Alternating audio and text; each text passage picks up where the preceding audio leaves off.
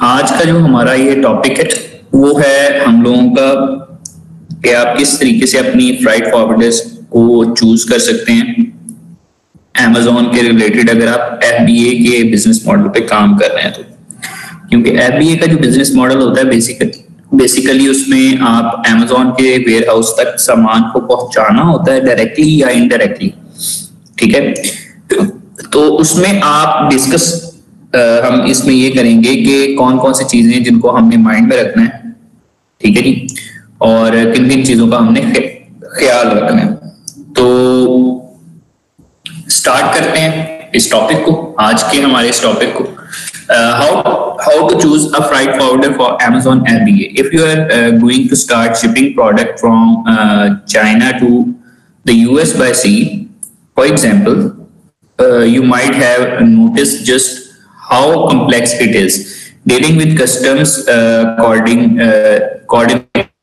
coordinating schedules, handling shipments from the manufacturers to the Chinese port, and then Chinese port to the US port, and then to the Amazon warehouse. आपके पास जब China से for example आप US market में लेके जा रहे हैं या यूके में लेके जा रहे हैं, कहीं पे भी लेके जा रहे हैं सामान, तो आपके पास कस्टम्स को डील आपने करना होता है, कोऑर्डिनेट करना होता है कि किस जगह के ऊपर आपने चीजें आपकी पहुंची हैं, हैंडलिंग है शिपमेंट के रिलेटेड, मैन्युफैक्चरर से लेके चाइनीज पोर्ट तक, फिर चाइनीज पोर्ट से लेके यूएस या यूके जिस भी पोर्ट तक आपका सामान पहुंच रहा है, फिर उस पोर्ट से लेके अमेज़न के उस वेयर हाउस तक जहां पे आपने अपना सामान पहुंचाना है। तो ये एक FBA की एग्जांपल यहाँ पे दी हुई है। ये ओवरऑल आप किसी और भी बिजनेस मॉडल के ऊपर काम कर रहे हो तो इसी तरीके से आपको यही क्राइटेरिया है कि आप किस तरीके से फ्राइट फॉरवर्डर्स को चेक कर सकते हैं और कोरियर सर्विसेज आप कौन कौन सी किस किस तरीके से आप चूज कर सकते हैं, तो इससे बेहतर आइडिया हो जाता है आपको। अब सबसे पहले एक दफा फिर से देख लेते हैं what is a freight forwarder. A freight forwarder is a person और company who handles the transportation of products from one location to another. They work as an intermediary between the company who owns the inventory and the shippers, so that the entrepreneurs or business executive does not have to handle the complex negotiations and documentation required, especially internationally. अब ये जो freight forwarders होते हैं ये इसमें ये कोई बंदा भी हो सकता है, वो इंडिविजुअल पर्सन भी हो सकता है, वो कंपनी भी हो सकती है, वो कोई भी कह लें कि पर्सन हो सकता है या ऑर्गेनाइजेशन हो सकती है जो आपको सारी की सारी कॉम्प्लेक्स सर्विसेज प्रोवाइड कर रही होती है कि आप बजाय इसके तो खुद सारी चीजें हैंडल करें शिपमेंट की, आप इन कंपनीज को या इन पर्सनस को हायर कर लेते हैं और वो आपके बिहाफ पे सारी की सारी जो निगोशिएशंस करनी है, डीलिंग करनी है, डॉक्यूमेंटेशन कोई रिक्वायर्ड है, इंटरनेशनली हो या डोमेस्टिक हो, तो वो आपको उन सर्विसेज के अंदर प्रोवाइड करते हैं और आपके सामान को एक जगह से दूसरी जगह जब वो जा रहा होता है या जो भी उसके लिए सर्विसेज चाहिए या काम करने हैं, रिक्वायरमेंट्स हैं हर तरह की, तो उसमें वो आपको सर्विसेज प्रोवाइड करते हैं। अब इसमें देख लेते हैं what does a freight forwarder do, कि क्या क्या काम वो करता है। Ultimately freight forwarder makes it possible for companies to import और export products without as much hassle and of course they charge a fee for their work. Freight forwarders provide their client with several services. अब इसमें कौन कौन से services ये provide करते हैं और उसके अगेंस्ट जो है आप सामान इंपोर्ट कर रहे हो या एक्सपोर्ट कर रहे हो, आपको वो ये सारी सर्विसेज प्रोवाइड करते हैं जो भी हम डिस्कस करेंगे। 5 सर्विसेज हैं और उसके अगेंस्ट वो आपसे चार्ज करते हैं, जाहिर सी बात है काम कर रहे हैं तो पैसे भी लेंगे। तो सबसे पहले उसमें ये है कि कस्टम क्लियरेंस। तो ये जो फ्राइट फॉरवर्डर्स होते हैं आपको कस्टम क्लियरेंस करवा के देते हैं जब सामान आ रहा हो या जा रहा हो, ठीक है। चेकिंग के अंदर जो भी हेल्प आउट आपको करना है, किसी भी चीज में डॉक्यूमेंटेशन चाहिए, जो भी चीजें चाहिए, पेपर रिक्वायरमेंट्स, जैसे सेकंड ऑप्शन में लिखा हुआ है कि all documentation and paper work required for exporting और इंपोर्टिंग। अब इसके अंदर इंपोर्ट कर रहे हो सामान या एक्सपोर्ट कर रहे हो, जो भी डॉक्यूमेंटेशन है, लीगल रिक्वायरमेंट्स है, पेपर वर्क है, ये सारे के सारे ये हैंडल करते हैं। ठीक ठीक है जी। Storing shipments while they wait to be picked up by the next shipper. For example, storing something after it arrives at port before FedEx takes it to the Amazon warehouse. अब ये क्या करते हैं कि आपको स्टोरेज भी आपके सामान की, जो अगर कोई कहीं पे डिले हो गया है, आपका सामान किसी एक पोर्ट पे पहुंचा है, उसके बाद आगे उसको कोई टाइम रिक्वायर्ड है कि अभी FedEx वाले या कोई भी जो कंपनी है वो उसको सामान पिक करने के लिए नहीं आई या डिलीवर नहीं कर सके, तो वो अपने वेयर हाउस में आपके सामान को सेफ भी रखते हैं। ठीक है जी, जब वो पोर्ट पे पहुंच जाती है। उसके बाद पैकिंग इन्वेंट्री इफ नीडेड, आपके सामान को पैक भी करते हैं अगर जरूरत हो। ठीक है, अगर आप शिपमेंट करवा रहे हैं एक जगह से दूसरी जगह, तो उसमें सामान को अगर पैक करना है, कुछ भी करना है, तो वो ये हैंडल करते हैं इस चीज को। फिर बात आती है purchasing any needed insurance. Insurance अगर प्रोवाइड करनी हो, जरूरत हो, सामान कीमती हो, तो उसमें भी आपको गाइडेंस देते हैं, प्रोवाइड करते हैं। इंश्योरेंस कंपनी के हवाले से ये इंफॉर्मेशन आपके साथ शेयर कर देते हैं, इनके आगे लिंक्स होते हैं। ठीक है जी, सारी की सारी इस तरह की सारी सर्विसेज आपको खुद प्रोवाइड करते हैं, बजाय इसके कि आप खुद से सारी चीजें मैनेज करें और कॉम्प्लेक्स सिस्टम बन जाए और आपसे हैंडल ना हो। तो आप इस तरह फ्राइट फॉरवर्डर्स को, किसी भी कंपनी को आप चूज करके उनसे ये सारी चीजें हैंडल कर सकते हैं, और वो बैकएंड के ऊपर खुद चेक करते हैं कि जी सामान को किस बिजनेस, किस ट्रेड मॉडल के हिसाब से, किस रूल के तहत आपने इंपोर्ट या एक्सपोर्ट करना है। बजाय इसके कि आप खुद चूज कर रहे हो जी कि मैंने इस तरीके से ये लाहे अमल इख्तियार करना है, तो वो आपको खुद बताते हैं कि जी जस्ट आपने उनको हायर किया, वो आपके साथ खुद सारी की सारी डॉक्यूमेंटेशन करते हैं, हर चीज क्लियरेंस, ये वो हर चीज ये खुद करते हैं। तो उसमें ये है कि आपने जस्ट इनको हायर किया और देखना है जी कि सामान एक जगह से दूसरी जगह पहुंच गया, बस। इसके अलावा आप कुछ भी नहीं करते हैं। When do you need a freight forwarder for Amazon FBA? कि हमें कब कब जरूरत पड़ती है। Not every Amazon FBA seller needs a freight forwarder. If you are a new seller, you are likely ordering a small amount of inventory each time, maybe 200 to 600 units. बेशक इसमें ये देखें कि हमारे पास जब कोई भी सेलर नया अगर कहीं स्टार्ट करता है अमेज़न FBA पे काम करना, तो उसमें फॉर एग्जांपल वो छोटी अमाउंट के अंदर इन्वेंट्री मंगवा रहा है, ठीक है, और वो प्रोडक्ट है, स्मॉल साइज प्रोडक्ट है, और 200 से 600 यूनिट तक अगर वो मंगवा रहा है, तो अब उसमें फ्राइट फॉरवर्डर्स की आपको जरूरत नहीं पड़ती, आप खुद से हैंडल कर लेते हैं। वो बहुत छोटा सिस्टम होता है। वो अगर कोई बड़ा सिस्टम हो और क्वांटिटी ज्यादा हो, तो आपको फिर जरूरत पड़ती है कि जी आप किसी कंपनी को हायर करें और वो आपके लिए ये चीजें जो है ना वो मैनेज करे। It is better for you to arrange shipping by air because it is simple to organize and usually does not require the use of a freight forwarders. अब इसके अंदर आपके पास बजाय इसके कि आप 200 से 600 यूनिट्स आपके हों और छोटा सा प्रोडक्ट हो और आप फ्राइट फॉरवर्डर्स को हायर करें, उनके साथ डीलिंग कर रहे हों, तो उसमें यह है कि बजाय इसके कि आप थ्रू सी आप चीजें मंगवाएं, ठीक है, तो आपको वो बहुत कॉस्टली पड़ जाएगी चीज। तो इसलिए बेहतर ये है कि आप थ्रू एयर मंगवा लें और उसमें कोई ऐसा इशू नहीं होता। थोड़ी सी आपको अगर पेमेंट करनी पड़ गई है, कॉस्ट आपको बर्दाश्त करनी पड़ गई है, तो आप कर लेते हैं। हाँ, अगर आपके पास यूनिट्स की क्वांटिटी ज्यादा है, बड़े साइज का प्रोडक्ट है और ज्यादा क्वांटिटी है, तो आप फ्राइट फॉरवर्डर्स को हायर करते हैं, या आपको खुद बताएंगे कि आपके लिए कौन सा ट्रेड का मोड बेहतर है, इंपोर्ट करना है या एक्सपोर्ट करना है, कौन सा तरीकेकार आपके लिए बेहतर है, ठीक है, और इसमें क्या चार्जेस पड़ेंगे, क्या क्या ये सर्विस प्रोवाइड करेंगे, हर चीज ये आपको गाइड करते हैं। Your manufacturer may even be able to help get your product to the right Amazon FBA warehouse. Manufacturer भी बता सकता है, इसमें कोई इशू नहीं है। अब जैसे एक्सवर्क्स है उसमें देख लेते हैं, your supplier requires that you organize all of the shipment from the Chinese warehouse to Amazon FBA.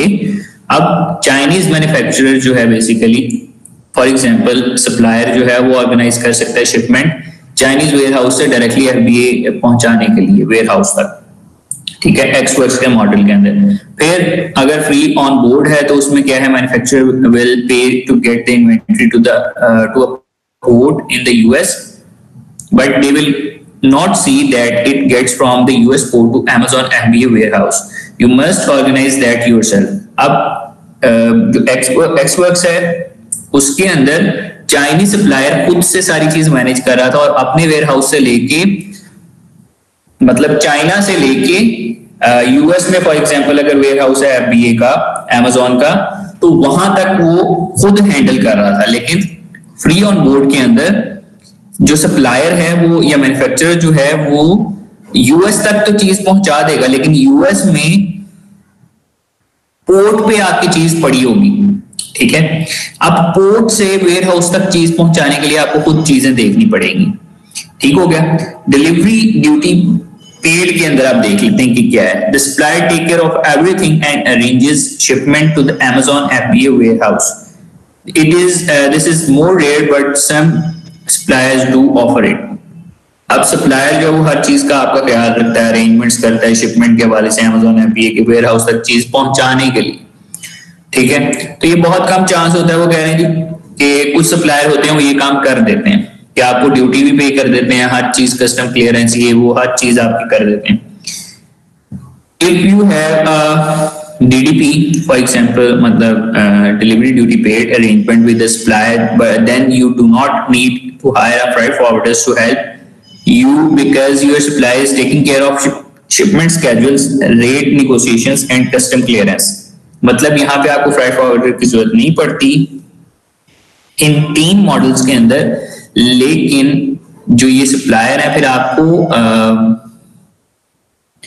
खुद से ही शिपमेंट की जो स्केड्यूल्स हैं कि कब कहां से किधर सामान जाएगा ये खुद ट्रैक कर रहे होते हैं हर चीज को, निगोशिएशंस खुद करते हैं, कस्टम क्लियरेंस वगैरह खुद करते हैं आपके बिहाफ पे, क्योंकि आप उसको रिस्पॉन्सिबिलिटी दे देते हैं सप्लायर को या मैन्युफैक्चरर को कि ये सामान यहां से मेरे तक पहुंचना चाहिए, आप बता दें। फॉर एग्जाम्पल मैंने आपको एग्जाम्पल दी थी कि अली बाबा या अली एक्सप्रेस के ऊपर जैसे आप काम करते हैं, मैंने आपको पर्स की एग्जाम्पल दी थी कि $15 का पर्स है फॉर एग्जाम्पल, वो आपको कहते हैं जी कि $30 में आपको पड़ेगा, लेकिन आपके डोर स्टेप तक चीज पहुंच जाएगी या उस एड्रेस तक चीज पहुंच जाएगी जहां पे आप चाह रहे हैं, ठीक है। तो उसमें सारी की सारी चीजें फिर सप्लायर हैंडल करता है। तो ये वही एग्जांपल यहाँ पे मैं आपको दे देता हूँ कि हर चीज ये खुद ही से मैनेज करते हैं, कस्टम क्लियरेंस, रेट निगोशिएशन अगर करनी है, बैकएंड पे कोरियर सर्विस के साथ ये शिपमेंट जो कंपनीज प्रोवाइड कर रही होती हैं उनके साथ। If you are ordering a small amount of inventory you can likely arrange shipments by air yourself and do not need a freight forwarder to help you. You can schedule the air shipment and the company will handle any transfers that are necessary for plane to plane.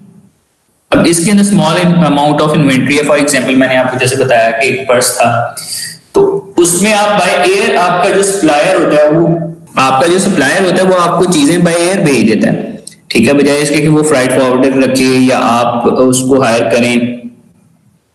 तो वो shipment जो है वो schedule करके by air आपको सामान आसानी के साथ थ्रू एयर आपको चीज मिल जाती है। Air shipment can be more expensive than sea. For example, $7 per kilo versus $4. अब अगर आप थ्रू सी शिपमेंट करते हैं, थ्रू पोर्ट करते हैं, तो आपके पास $4 का फॉर एग्जाम्पल रेट पड़ता है आपको, लेकिन अगर थ्रू एयर अगर आप सामान भेजेंगे तो $7 का पड़ेगा। तो उसमें यह है कि सामान आपको मिल जल्दी जाता है, अगर कम यूनिट्स हैं, वेट कम है प्रोडक्ट का, आपको चीज जल्दी मिल जाएगी, बजाय इसके कि आपके 100-200 यूनिट्स हों और आप पैसे बचाने के चक्कर में वो आपको थ्रू सी पोर्ट आपको चीज मिले 1.5 महीने के बाद, तो ये चीज आपके लिए बेहतर है कि बाय एयर चीज मंगवा लें, दूसरे से तीसरे दिन आपके पास चीज मैक्सिमम पहुंच जाती है यहाँ पे, ठीक है। However, they are still cost effective for small shipments because you do not want to deal with the hassle or have to hire a freight forwarder unless that represents a cost saving overall. आप तब तक चीजें ये नहीं करते freight forwarder वाली जब तक आपको कॉस्ट इफेक्टिव ना लगे या आपकी बचत ना हो रही हो पैसों की, ठीक है, ज्यादा पैसों की बचत ना हो रही हो। तो ये बात है। नेक्स्ट है, however, if you are shipping in 1,000 to 5,000 units or more, the cost saving of sea shipments is still more cost effective than shipping by air. अगर यही जैसे 200 से 600 यूनिट की बात अगर हमने की या अगर 1000 यूनिट तक भी बात हो, तो आपके लिए अगर प्रोडक्ट का साइज छोटा है तो वो आपको इतना ज्यादा मैटर नहीं करता, आप बाय एयर उसको अच्छे से मैनेज कर सकते हैं, ठीक है। अगर आपकी क्वांटिटी 1000 से 5000 या इससे ज्यादा यूनिट्स की है फॉर एग्जांपल, तो आपने करना ही है, और प्रोडक्ट का साइज अगर बढ़ा तो आप बाय एयर नहीं मंगवाते सामान, क्योंकि आपको बहुत ज्यादा कॉस्ट पड़ जाएगी, आपका जो प्रॉफिट मार्जिन है वो कम हो जाएगा, ठीक है। अब उसमें ये हो सकता है कि आप इसको थ्रू सी पोर्ट आप सामान को मंगवा लें, आपके लिए ज्यादा आसानी है, ठीक है जी। तो थोड़ा सा वेट करना पड़ता है, लेकिन आप चीजों को मैनेज कर सकते हैं। If you have been using air shipments only, you should calculate the potential savings by factoring the ground transportation to the Chinese port, freight from port to port, ground transportation to Amazon, and your freight forwarders fee. अब इसके अंदर आपके पास calculation के अंदर इसी तरह से calculations आपको करनी पड़ती हैं। अगर आप हायर करते हैं फ्राइट फॉरवर्डर्स को, तो उसके अंदर जो चाइनीज पोर्ट तक आपने सामान पहुंचाना है वो आपसे लेगा, आपको चीजें चेक करनी पड़ेगी, हर स्टेप के ऊपर आपको कैलकुलेशंस करनी पड़ती हैं, ठीक है। उसके अलावा अगर आप खुद भी कर रहे हो तो उसमें आपको अगर कम पीसेस हैं तो आपको सप्लायर खुद से अरेंजमेंट कर देता है। क्लियर होगी जी। Keep in mind that sea shipments can take 35 to 50 days, so if you are not yet skilled at inventory management and predicting inventory, then that might be too slow for you. आपके लिए shipment through port जो है वो slow पड़ जाती है। 35 से 50 दिन फॉर एग्जांपल, महीने से 1.5 महीना कम से कम आपको लग जाता है। और अगर जैसे अब लॉकडाउन लगा तो लॉकडाउन के सिनेरियो में सामान को 1.5 महीने की बजाय 3-3, 4-4 माह भी डिले हुआ सामान यहाँ पे, ठीक है। तो कस्टम क्लियरेंस नहीं हुई, इस तरह के मसले मसाइल काफी ज्यादा हो जाते हैं सी पोर्ट के हवाले से, ठीक है। तो उसमें कस्टम क्लियरेंस जो होती है ना बहुत स्लो होती है। अगर थ्रू एयर हो आपके पास सामान बहुत जल्द पहुंच जाता है, लेकिन आपके लिए कॉस्ट इफेक्टिव होना चाहिए कि अगर आपके पास यूनिट कम है, जो प्रोडक्ट है उसका साइज छोटा है, तो आप थ्रू एयर मंगवा लें, वो आपके लिए ज्यादा बेहतर है, बजाय इसके क्या 1.5 महीना 2 महीने वेट करें उस प्रोडक्ट के लिए, तो आपके पास दूसरे से तीसरे दिन चीज पहुंच जाती है उसमें, तो आपके लिए वो ज्यादा बेहतर है।